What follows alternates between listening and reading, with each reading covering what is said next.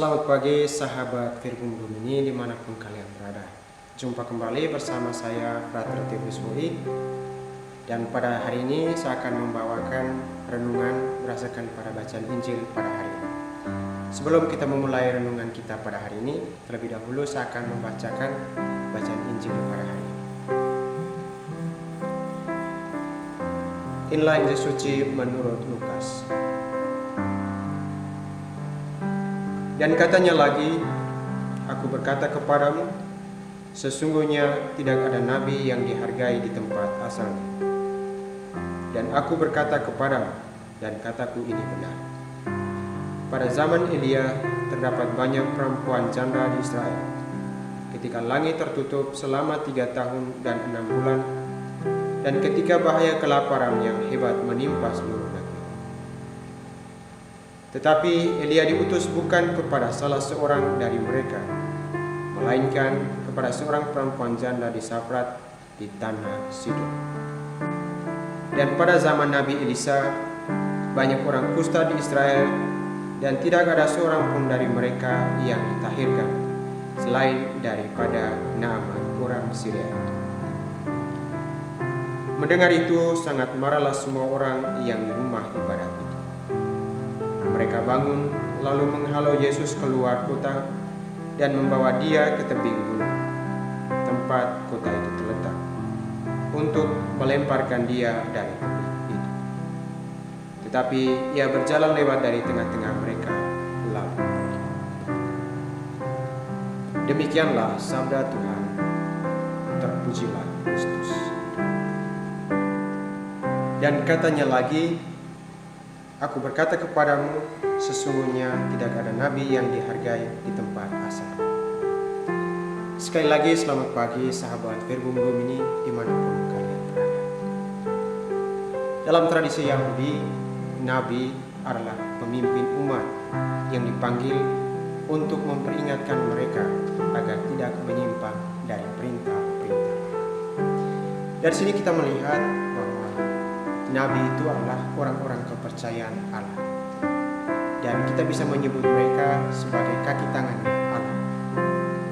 Dan Yesus mau menyamakan dirinya dengan seorang nabi, dan sebagai seorang nabi dia mencurhatkan dirinya bahwa sebagai nabi dia tidak diterima di tempat asal.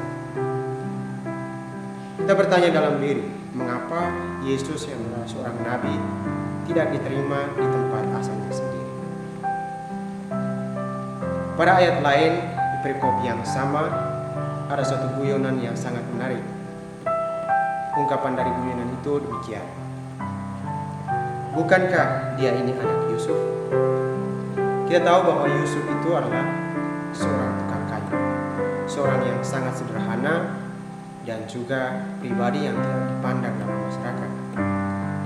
Dan tidak heran kalau orang-orang sekampungnya tidak mengaku Yesus sebagai seorang nabi, karena mereka mengetahui latar belakang kehidupan Yesus.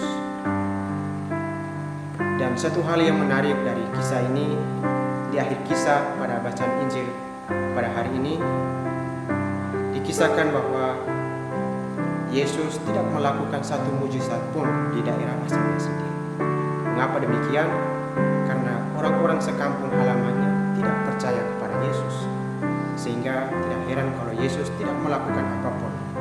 Kita tahu bahwa Yesus ketika berjalan ke daerah lain, ke kota-kota, ke desa-desa, dia biasa melakukan mujizat-mujizat, melakukan karya-karya besar seperti menyembuhkan orang sakit, seperti melakukan bergandaan roti. Tapi di daerah asalnya sendiri dia tidak melakukan apa-apa, karena orang-orang di sekitarnya tidak mempercayai. Bapak, mama, saudara-saudari yang terkasih dalam Kristus, sabda Allah pada hari ini mengundang kita untuk merenung kembali ke dalam diri kita masing-masing. Kita kadang seperti orang-orang di kampung halamannya Yesus. Kita kadang melihat sesama kita yang mengalami kesuksesan, melihat sesama kita yang sudah sukses. Kadang kita tidak menerima mereka, kita berusaha untuk menolak mereka, karena kita mengetahui latar belakang kehidupan mereka. Di masa Prapaskah ini, kita semua diundang untuk membuka diri, membuka hati dan pikiran kita untuk menerima sesama kita. Dan mungkin sesama kita yang dulunya hidup sederhana, hidup apa adanya, ini adalah waktu kita bagaimana kita menerima mereka ketika suatu saat mereka mengalami suatu kesuksesan dalam hidup, mengalami suatu kehidupan yang makmur. Kita dituntut untuk menerima mereka karena kita percaya bahwa